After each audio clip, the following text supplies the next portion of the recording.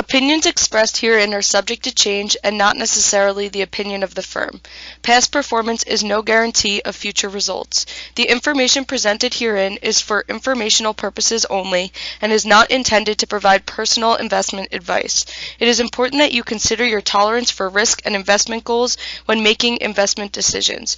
Investing in securities does involve risk and the potential of losing money. The material does not constitute research, investment advice, or trade recommendations. And now introducing Mr. Keith Lanton. Hello again. September 23rd. As we approach the end of September, beginning of October, typically a uncertain time in financial markets. Have a lot to talk about. Lots of geopolitical events, as well as lots of economic news to discuss. So we're going to get started this morning and talking about the timing and where we are in the calendar. I mentioned in this call, first call since the beginning of fall. And speaking of where we are and time, we had talked a couple of weeks ago about when, and one of the things that we as humans do is we set up landmarks. We often set up personal landmarks, but we also very frequently use what scientists call temporal landmarks, and they're very similar to the types of landmarks we use when we navigate space. For example, you may say to someone, as you're approaching my house, you'll see a mobile station on the right. Right after that, take a turn. We use similar landmarks to measure time. And one of the ways in which we do this and can be observed is in studies. And one of the biggest temporal landmarks that is almost universal throughout humanity is the New Year. Whether your New Year is January 1st or some other date doesn't matter. But here in the United States, as we all know, the typical New Year is January 1. And on January 1, what happens is studies have shown that the search on Google for the word diet soars 80%. What's also interesting is that the search for the word diet doesn't surge 80%, but surges significantly higher than on a common day at the beginning of every month. What's also interesting is there's even less of a spike, but nevertheless a spike at the beginning of every week. And similar patterns exist for people looking for gym membership. And why is that? Most common reason is that we, as human beings, look at these landmarks and they slow us down. They cause us to pause in our tracks and to perhaps duck our heads for a moment out of the woods and take a look at the bigger picture. The things that we should be focusing on, and this could include focusing on your finances, your portfolio, perhaps a momentary epiphany that perhaps don't have enough in cash or enough in fixed income, or perhaps I have gotten too aggressive, and these temporal landmarks perhaps jolt us back into a more balanced way of thinking. They give us the opportunity to start again by relegating our old selves to the past. It disconnects us when we hit these landmarks from our past mistakes and imperfections. The implications of the fresh start effect, like the forces that propel it, are personal and social. Individuals who get off to a stumbling start at things like a new job or an important project, or in something really significant like addressing a health problem, they can alter their course by using that temporal landmark to start again. What's also interesting is that where we start has a more profound impact, and why resetting the starting blocks is so significant, because that start has a more profound impact than you may necessarily cognitively realize. Perhaps you recognize it on a more subtle basis, but nevertheless on that cognitive level, you may not realize it. And when looking at starting points, What's interesting to note is that when people begin their careers in a strong economy, this is obviously something that is out of the control of the individual.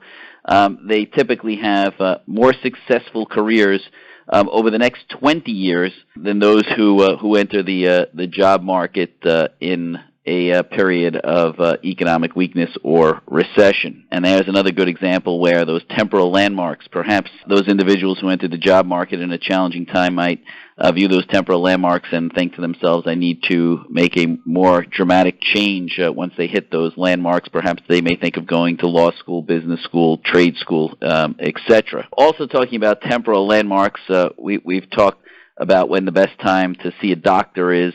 And here's a really fascinating temporal event, and that is what has been quietly called the July effect in some teaching hospitals. And what happens in July is that, unfortunately, we're a little past July, but what happens in July is a fresh group of medical student graduates begin their career as physicians.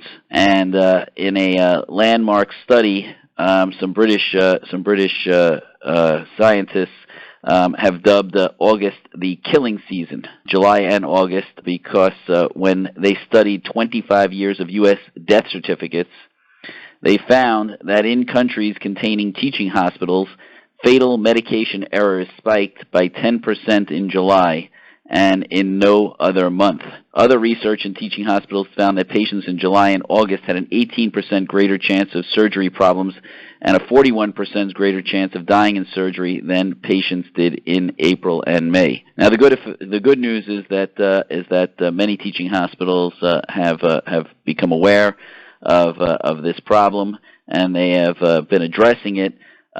Where new residents are now beginning their tenure by working as part of a team. This is, again, learning from the effects of these temporal issues, and what they have done is created teams of nurses, physicians, and other professionals so that when these new physicians begin in July, they are not starting individually like they were previously, but they are starting in teams with seasoned professionals.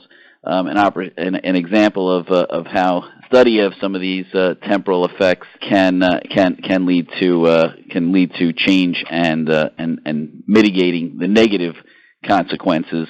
Some are positive, some are negative, but here we're talking about mitigating the negatives. Moving on to a couple of other stories, a couple of other things to think about here as we approach the end of the year. Kevin Leahy had forwarded to me a article over the weekend discussing a topic that is of keen importance to young people and to what young people should be thinking about. When I'm talking about young people, I'm talking here 18 to 34-year-olds.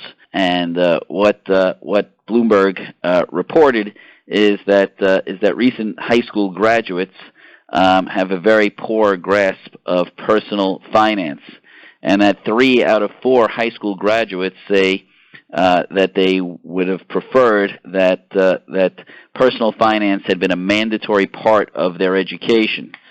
So opportunity here for parents, opportunity here for financial advisors to focus on 18 to 34-year-old, whether it's their children or the children of their clients or perhaps even young clients, and to offer educational services and to offer them more focused and more targeted advice. Lots of things that people, especially financial professionals, take for granted is that basic concepts of personal finance are understood, whether that's from balancing a checkbook to portfolio allocation to understanding what managed accounts are, to understanding what robo-investing is or may be, to understanding the difference between a value stock and a growth stock, to what's a PE ratio, what's a book value.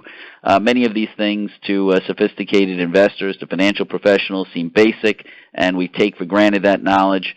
And the reminder here is that knowledge is not as intrinsic or as basic as those who are exposed to it every day may realize. As a matter of fact, another aspect of investing and saving is a recent article that was in the Wall Street Journal that talks about that Americans are saving more.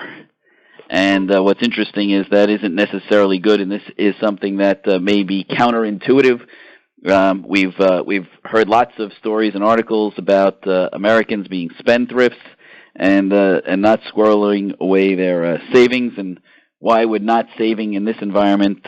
Why would saving in this environment not be something that would be a positive? Personal savings rate was 3.7% in 2007 when right before the financial crisis. After the financial crisis, that number drifted up to 6.5% as Americans were scared straight, decided they better save more, lived through a severe economic hardship, and yet here we are in 2019, and we are looking at a savings rate in the United States of 8.2%. That is up 17% just in the last year.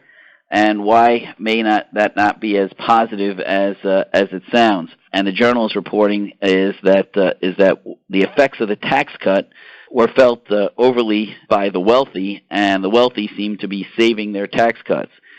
This is not something that when you study economics is necessarily a favorable thing. What you hope for is a trickle-down economic effect. If the wealthy get the bulk of the benefits of a tax cut, hopefully they'll save that, and it will benefit others down on the income spectrum. And what it looks like is that, at least at the moment, that the wealthy are largely saving their tax savings, perhaps out of fear that even the wealthy were scared straight by the financial crisis, perhaps by concerns about what the future may hold, and perhaps as a result of this sort of negative feedback loop of negative or low interest rates throughout the world, wealthy are saying to themselves, I need to save even more in order to generate more income in retirement because the current savings I have are generating less income than I thought it would. And perhaps they're saving even more, even though they're earning more, in order to make sure that income equals the number that they'd like, and that's something that I've personally witnessed as well. Moving on to financial markets this morning, talk about them for a few minutes. Then I'm going to turn things over to Brad Harris to add some further thoughts and commentary regarding the bond market. We'll say this morning we are seeing futures weakening, pointing to a slightly lower open amid global growth worries. This morning, futures were relatively flat, but what we've seen is manufacturing and activity in Europe coming in weaker than expected. Manufacturing in the Eurozone fell to a more than 6-year low, while services grew at its slowest pace in 8 months. And the European market, since the release of that data, has started to fall more strongly. The German DAX is now down over 1%. The CAC 40 is now down 1%, and U.S. futures are starting to reflect some of those concerns. We're seeing Dow futures now down 80, S&P futures down about 8, NASDAQ futures down about 19. About an hour ago, all that was very flat. We were looking at a very uneventful opening, but that European growth concerns weighing on the stock market, it is causing the bond market to have that flight to safety, and bond yields are lower this morning. 2-year yield is a 167, down 3.5 basis points. The 10-year down to a 170. And the 30-year down to a 214, that 30-year yield down over 5 basis points. We're seeing a flight to gold, a modest flight to gold. Gold up $10, about 0.7% to $1,525 an ounce. Oil, after the bouncy week last week with the attacks on the Saudi facilities this morning, oil down just 6 cents, 58.03 a barrel for Brent oil. This morning. Some other news this morning. We have Boeing in the news as the FAA head is set to explain Boeing's 737 MAX progress. He's going to be discussing that with world regulators, and world regulators are divided over how receptive to be to examining quickly getting the 737 MAX up and flying. So again, even if the U.S. Gives the nod of approval, doesn't mean that internationally that other aviation administrations will immediately follow suit. The optimism this morning before the European numbers we saw was somewhat on the plus side. We were getting some good news out of some of the commentary between the U.S. and China. You may remember on Friday, one of the reasons for the sell-off on Friday was was news that the Chinese delegation had decided to skip a tour of a farm in Montana, and that was viewed as a concerning development. Perhaps the trade talks hadn't gone well. That was the implication. But Chinese state media said China did not cancel planned visits to farms in the United States because of challenges in trade negotiations with the U.S. Country's senior agricultural representative said, according to a report by state-backed media group there, that the talks achieved a good outcome and that the trip did not take place due to security concerns. Also this morning we are seeing further effects of the internet and the disruption that the internet can cause to entrenched businesses, and we're seeing British travel firm Thomas Cook, with well over a century and a half of being one of the leading travel agencies of the world, collapsing over the weekend, stranding more than 500,000 holidaymakers around the world and sparking the largest peacetime repatriation effort in British history. Over 150,000 British are distributed throughout the world through Thomas Cook, and now looking for ways of finding their way back to Great Britain. Also in the news this morning, reports that Senator Elizabeth Warren has pulled ahead of former Vice President Joe Biden in Iowa. 22% for Warren, 20% for Biden, and we'll talk some more about the possible implications of a Warren presidency now that she is becoming a viable candidate. President Trump close to announcing a new trade deal with India, according to the New York Times. Also, the New York Times reporting the White House has authorized modest deployment of defensive U.S. troops to Saudi Arabia and the United Arab Emirates. And the Journal, Wall Street Journal, reporting that repairs in Saudi Arabia could take months longer than expected. So those oil repairs going from being a long time to a short time. Now we're kicking that time frame back out again. We'll see what the ultimate time frame ultimately is. A couple of analyst comments. Some downgrades in the commodity space. Goldman Sachs downgrading Alcoa, symbol Apple, to neutral from buy, target of 25, which is a lowered target.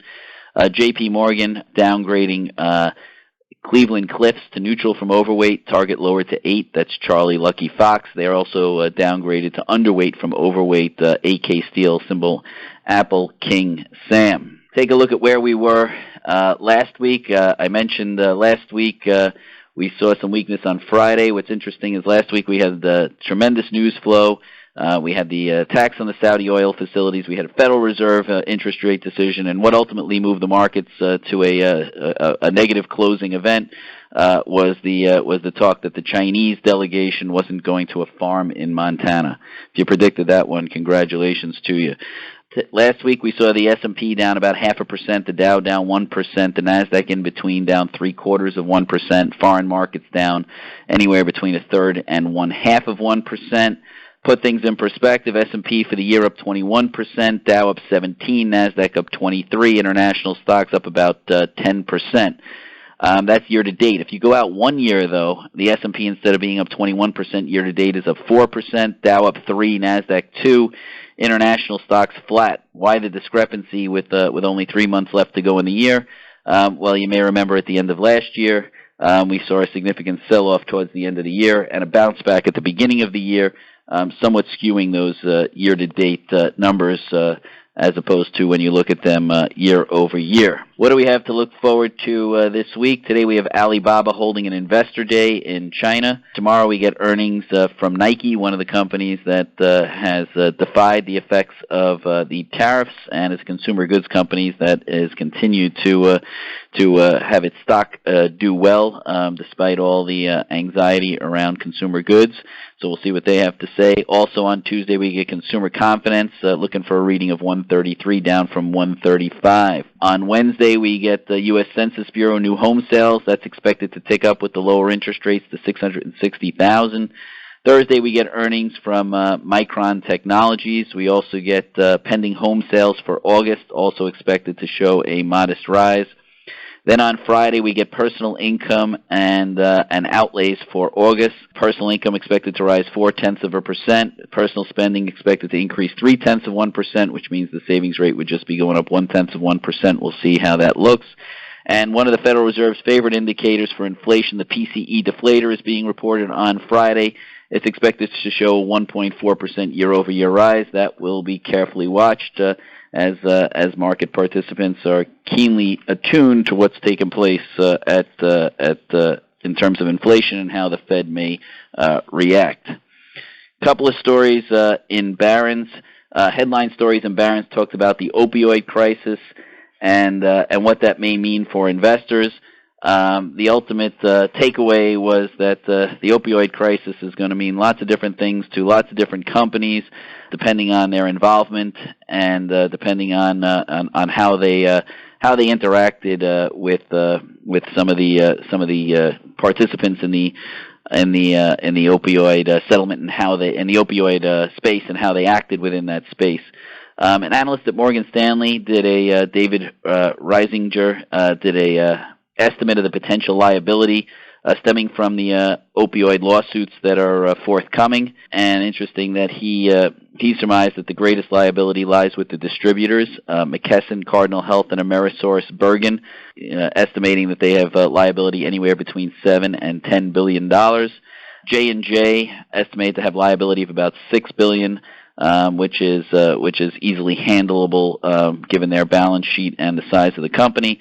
But some of the other companies that are going to have more of a challenge, Teva Pharmaceuticals, Endo International, and Mallinckrodt, and a smaller, symbol MNK there, and a smaller pharmaceutical company, Amneal Pharmaceuticals, symbol AMRX. They estimate that the liability from Walgreens and CVS fairly modest. Walgreens having slightly more liability, CVS pretty negligible liability in their estimate. The biggest risk that the analyst feels for the companies is the ones that are the most highly leveraged, and those are at the greatest risk of not being able to survive this crisis. Companies at risk include Mallinckrodt, MNK, which has sold off significantly, Endo, ENDP, and Teva Pharmaceuticals as well. That debt and that leverage, the result of a significant merger and acquisition activity that took place within the pharmaceutical space prior to this opioid litigation. Interesting that the takeaway was one company that perhaps is being overly penalized relative to their exposure, and again, this is the opinion of a couple of analysts in this story. Doesn't necessarily make it so, but the takeaway is that perhaps Mylan Labs, symbol MYL, is being overly penalized. One of the analysts saying that among the generic opioid defendants, Mylan is a relatively minor player in the litigation, and in his opinion will be amongst the least hobbled, saying they're in the best position to use their balance sheet to invest in growth assets.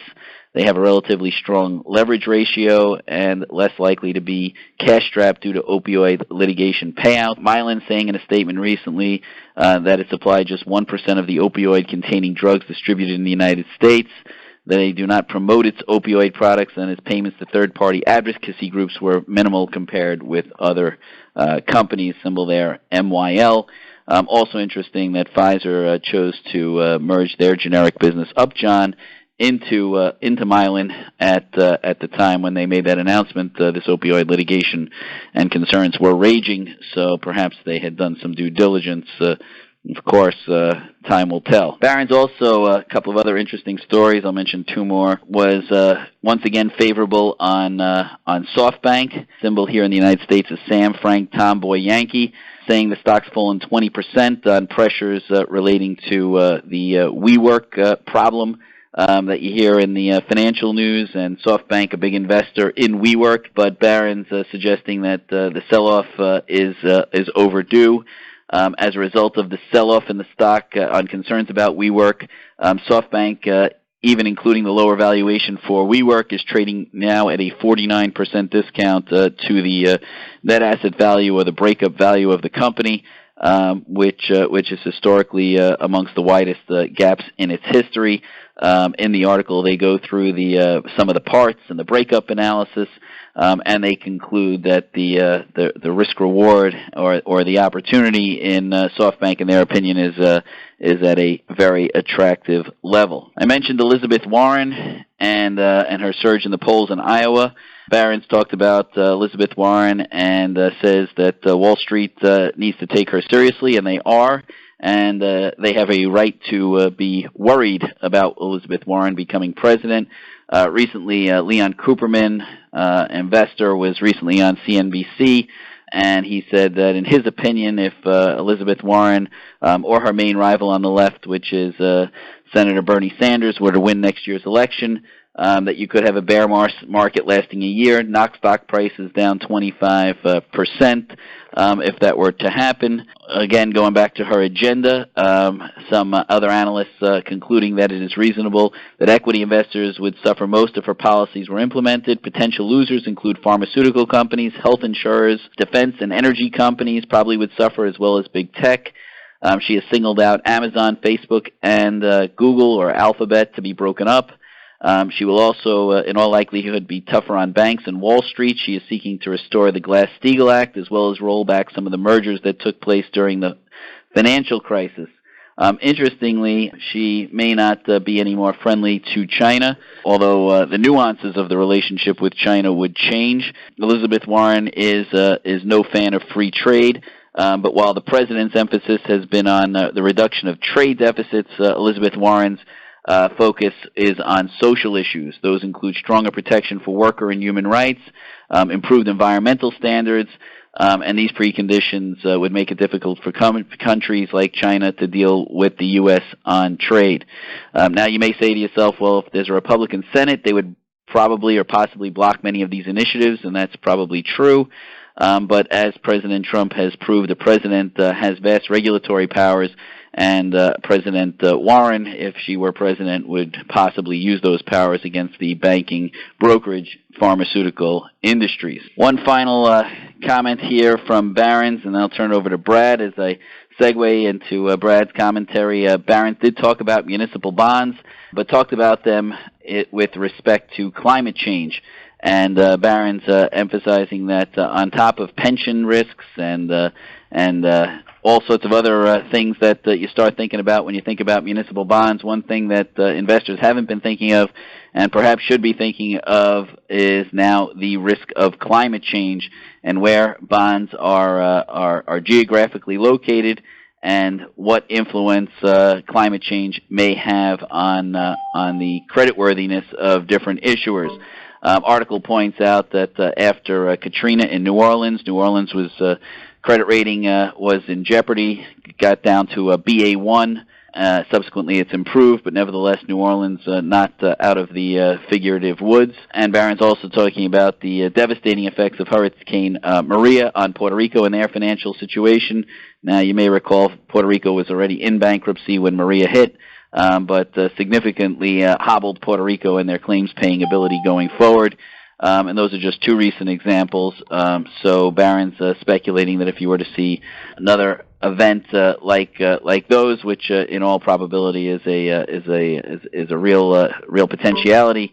Never know where they may affect us, but cities like Miami and other Gulf Coast cities or East Coast Florida cities at real risk of catastrophic events related to global warming. I'm going to turn it over to Brad, and then we'll open it up to any questions, thoughts, or comments. Good morning, Brad. Thanks, Keith.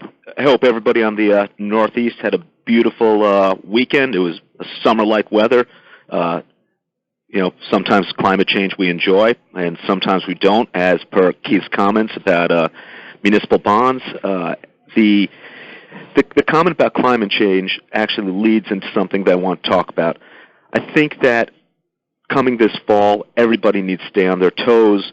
Very important. We had so much going on last week. I think that the U.S. happens to be operating in a vacuum right here. The rest of the world has negative rates. We don't. There's a tremendous pushback against going to negative rates for many reasons, which I'm not going to get into. And it seems as if the Fed might do another quarter-point cut. But if you're looking for negative rates, I don't think that that's in the cards. That being said, after last week, between Saudi Arabia, Keith and I spoke over the weekend, and we thought that it was going to be a wild, wild week in the market, and it wasn't. Again, the market seems to be Teflon. What's going to happen in this upcoming election? We're going to have two very potentially polarizing figures running against each other, and that creates a tremendous amount of uncertainty for the markets. So, again, you have to stay on your toes. The way that I like staying on my toes is being defensive in municipal bonds, buying higher coupons. To translate what that means, buying higher coupons is like buying an insurance policy. If you buy a 4% bond, you pay 110. You're paying 10 points up front for the benefit of carrying that 4% coupon over the years. You get a bigger payout. You do have to pay for it up front.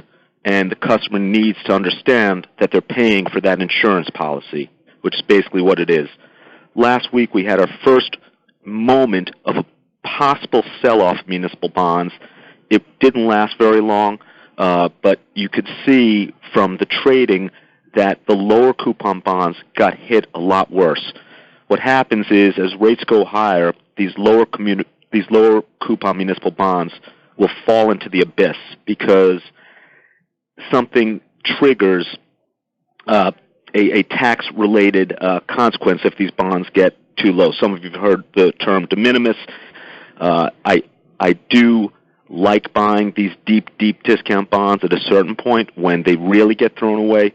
They're not thrown away yet, and the higher coupon bonds still provide a better yield versus discounts and current coupon bonds. And then the last thing that I just want to talk about is just maintaining these balanced portfolios, even though municipal bond rates are low and corporate bond rates are low and treasury bond yields are low. It's all part of a bigger holistic picture. The stock market, nobody really knows. Stay balanced, stay on your toes, look for opportunities, because as long as you're staying with the balanced approach, it's really just staying with some sort of system that you are comfortable with. Thanks. Thank you very much, Brad. Thank you for listening to Mr. Keith Lanton. For more podcasts, please visit our website, www.lanternwa.com.